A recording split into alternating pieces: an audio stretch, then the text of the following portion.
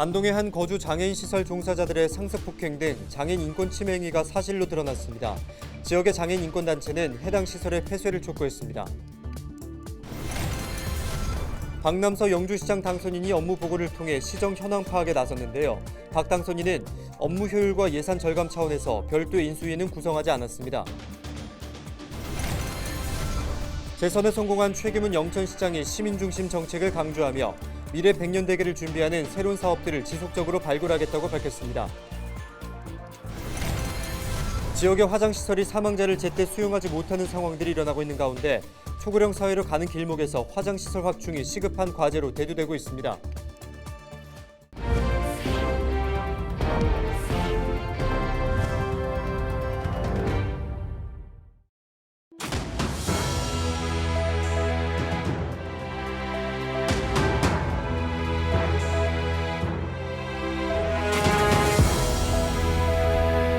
여러분 안녕하십니까? 헬로티비 대구 경북 뉴스입니다.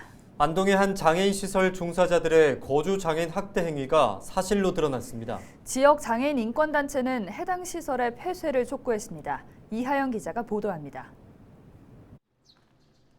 지난 4월 거주 장애인을 상습 폭행한 의혹이 불거진 안동의 한 장애인 시설. 경상북도 장애인 권익 옹호기관의 전수조사 결과 해당 의혹이 사실로 드러났습니다. 폭행, 횡령, 안마 강요, 근무 태만, 강제노동, 부식 반출 등 학대 행위는 물론 비위까지 한두 가지가 아닙니다. 안동시는 해당 시설을 대상으로 개선 명령과 과태료 처분을 내렸습니다. 학대 행위에 가담한 시설장 박 씨와 근로임금을 횡령한 혐의를 받고 있는 전 원장 등 종사자 9명은 업무에서 배제됐습니다.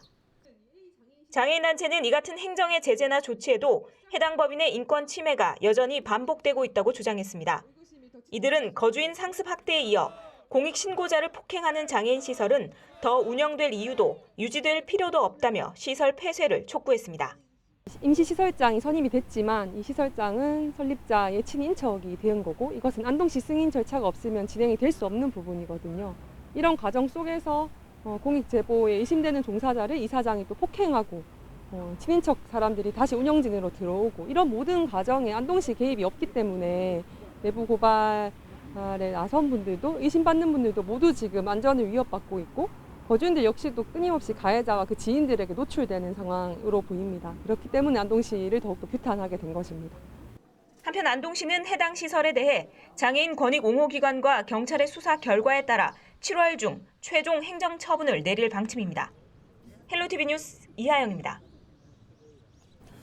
올해부터는 지방자치법이 개정되면서 지방선거 당선인들도 공식적으로 인수위원회 구성을 할 수 있게 됐는데요. 대구시를 비롯한 경북 대부분의 지자체 당선인들도 인수위를 출범하고 시정 파악에 나섰습니다. 박남서 영주시장 당선인은 인수위 구성 없이 부서별 보고를 받으며 업무 파악에 나섰습니다. 박 당선인이 인수위를 출범하지 않은 이유와 원활한 시정 운영을 위한 앞으로의 계획에 대해 들어봤습니다. 서희동 기자입니다. 박남서 영주시장 당선인은 지난 13일부터 3일간 영주시민운동장 회의실에서 업무 보고회를 열고 시정 현황과 부서별 주요 업무를 파악했습니다. 시 본청을 비롯해 직속 기관과 사업소 등 총 42개 부서장이 박 당선인에게 부서별 현안과 앞으로의 업무 계획을 전달했습니다. 인수위원회를 구성하지 않고 당선인이 직접 업무 보고를 받는 곳은 경북에서 영주를 포함해 문경과 고령 3곳입니다. 박남서 영주시장 당선인은 업무의 효율성과 예산 절감 등을 이유로 인수위를 구성하지 않는다고 밝혔습니다. 첫째 목적은 예산 절감이고 또 행정 공백을 메꾸기 위한 하나의 방법인데 제가 시의원 의장을 했기 때문에 충분한 인지 능력, 인수위 하자는 우려는 있을 수 있습니다만은 또 거기는 또 사업적인 문제에 대해서는 별도로 또 보고를 받기 때문에 큰 문제가 없으리라 믿습니다. 인수위를 구성하지 않아 업무 파악에 공백이 생길 수 있다는 지적도 있지만 세 차례의 시의원 활동과 시의회 의장의 경험이 있는 박 당선인은 영주시의 현안 파악에 차질이 없을 것이라는 자신감을 보였습니다. 또한 영주시에서 인수위 운영을 위해 추경한 예산이 약 3,500만 원으로 인수위를 운영하지 않고 남은 예산은 각 부서와 논의 후 가장 시급한 현안 해결에 사용할 것이라고도 말했습니다. 박 당선인은 무엇보다도 현직 실무자들과 긴밀하게 소통하며 행정의 연속성과 안정성을 확보하는 것이 중요하다며 시민들이 체감할 수 있는 변화된 정책 기조를 세우겠다고 강조했습니다.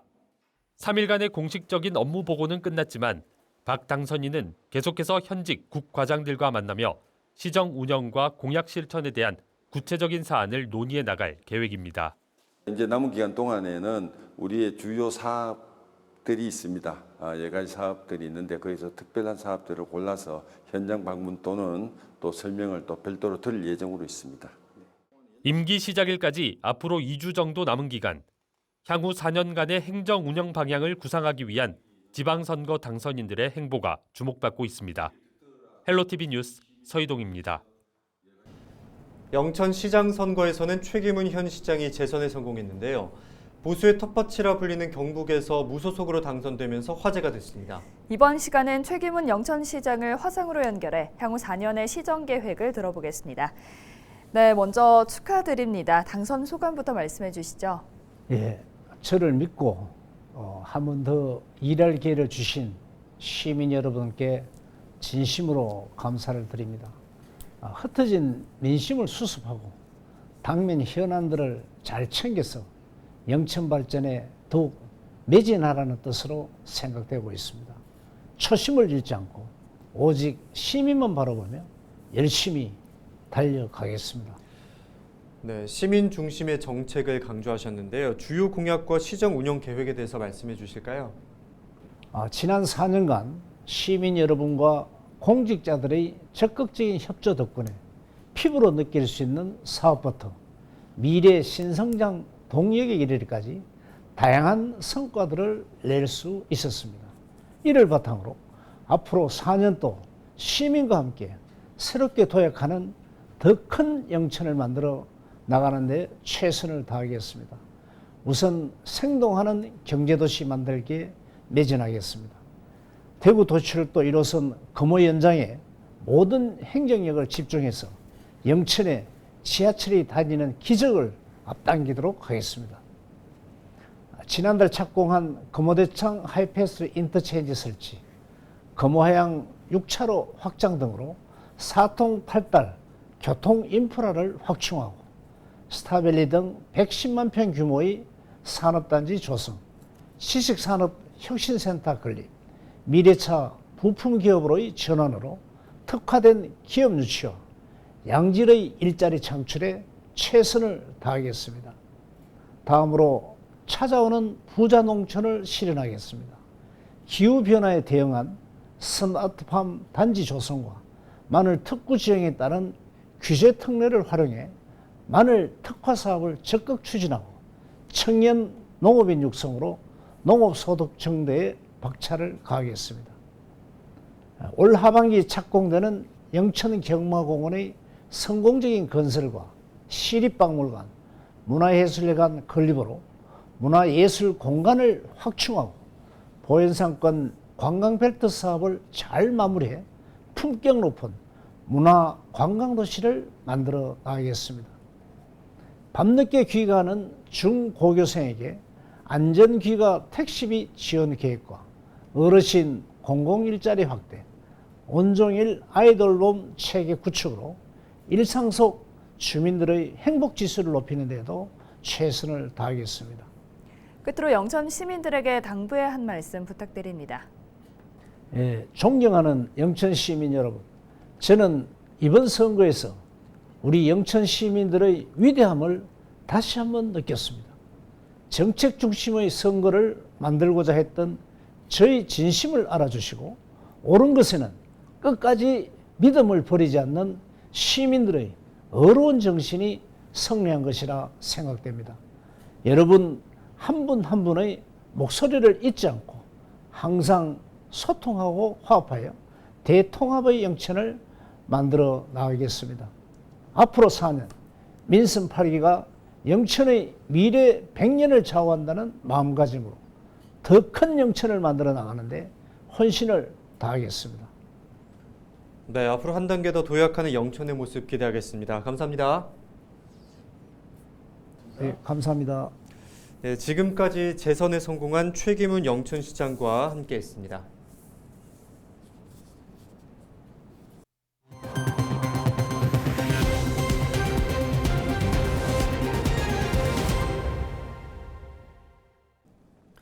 지난 3월 인구 밀집 대도시에서는 코로나19로 인한 사망자가 늘어 지역의 화장시설들이 사망자를 제때 수용하지 못하는 일들이 있었습니다. 사상 초유의 화장 대란이었는데요. 초고령 사회로 가는 길목에서 시급한 국가 문제로 남았습니다. 이관성 기자가 보도합니다.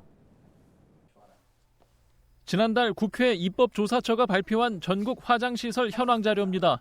화장시설 2곳이 있는 서울은 화장로 1기당 수용 인구가 32만 5천 명이고 화장시설 4곳이 있는 경기도는 화장로 1기당 수용 인구가 25만 명입니다. 부산과 대구도 화장로 1기당 수용 인구가 20만 명이 넘습니다. 수도권과 인구 밀집 대도시의 화장시설이 인구 대비 턱없이 부족한 실정입니다. 화장시설 부족 문제는 코로나19로 인한 사망자가 늘어나면서 시급한 국가 문제로 부상했습니다. 지난 2월과 3월 시도별 3일차 화장률 자료를 보면 60% 안팎의 서울과 부산의 3일차 화장률은 한 달 만에 5%대로 급감했고 70%가 넘었던 대구와 인천의 3일차 화장률도 한 달 사이 10% 초반까지 떨어졌습니다. 화장시설이 늘어나는 사망자를 제때 수용하지 못해 유가족들이 3일장을 치를 수 없게 된 것입니다. 당시 정부는 3월 중순부터 4월 말까지 전국 화장로의 운영 시간을 늘려가며 가까스로 위기를 넘겼습니다. 사상 초유의 화장 대란은 초고령 사회의 길목에서 경각심과 시급함을 느끼게 했습니다. 정부와 국회, 지자체는 다양한 해법을 찾고 있습니다. 하지만 화장시설이 주민 기피 시설이라 단기간에 시설을 늘리기 어렵습니다. 입지 선정 과정에서 주민들 반대가 뚜렷하기 때문인데 가까운 지자체들이 함께 사용하는 광역 화장장도 지자체 협의와 주민 갈등이 복잡해 설치하기 어렵습니다. 상황이 이렇다 보니 일각에서는 현실적인 해법을 제시합니다. 화장 수요 증가에 대비해서 화장로를 늘릴 공간을 확보해두고 있습니다. 이 공간에 가능한 한 빠른 시간 안에 화장로를 증설하는 방법이 있고요. 화장 시간과 에너지를 절약하기 위해서 화장 방식을 기존의 대차식에서 캐비넷식 방식으로 전환하는 것입니다. 초고령 사회로 가는 길목에서 화장시설 부족 문제는 시급한 국가 문제로 남아 있습니다. 민선 8기 자치행정과 정부가 더 이상 미룰 수 없는 사회 현안입니다. 헬로티비 뉴스 이관서입니다. 코로나19로 국내외 문화관광이 위축된 가운데 외국 대학생들이 경주를 방문해 눈길을 끌었습니다. 미국 덴버 대학생 20여 명은 지난 13일부터 사흘간 경주 도봉서당에서 고택 숙박 체험을 하고 신라문화원이 진행하는 옥산서원 세계유산 활용 프로그램에 참가했습니다. 이들은 선비복을 입고 붓글씨 쓰기, 달해, 국악 등 한국의 전통 문화를 체험했습니다. 네, 학생들이 일상생활과 관련된 문제를 스스로 해결하는 힘을 기를 수 있도록 돕는 프로젝트 기반 수업 실천 학교가 확대 운영됩니다. 대구시 교육청은 지난 2015년도 중학교 2곳에 이어 올해 중학교 7곳과 고등학교 1곳을 프로젝트 기반 수업 실천 학교로 추가 지원해 운영비를 지원할 계획입니다. 이들 학교는 학생들의 실생활과 연계된 과제를 교사가 제시하면 학생들이 스스로 자료를 찾고 친구들과 협력해 해결하는 과정에서 협동 능력과 문제 해결 능력을 키우도록 돕는 역할을 합니다. 특히 올해는 학교 단위뿐만 아니라 동아리 단위로도 운영한다고 교육청은 덧붙였습니다.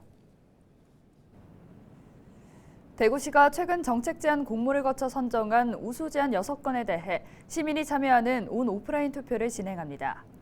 투표 대상인 우수 제안 내용은 여성과 청소년을 보호하기 위한 공동 현관문 안심거울 설치, 취약계층이 주로 거주하는 아파트의 화재 대피 환경 조성, 노후 아파트 단독경보형 감지기 설치 사업 추진 등입니다. 시민들은 대구시 홈페이지 토크대구를 통해 15일부터 24일까지 우수 제안에 투표할 수 있으며 17일부터 19일까지 엑스코에 설치되는 별도 부스에서 현장 투표에 참여할 수도 있습니다.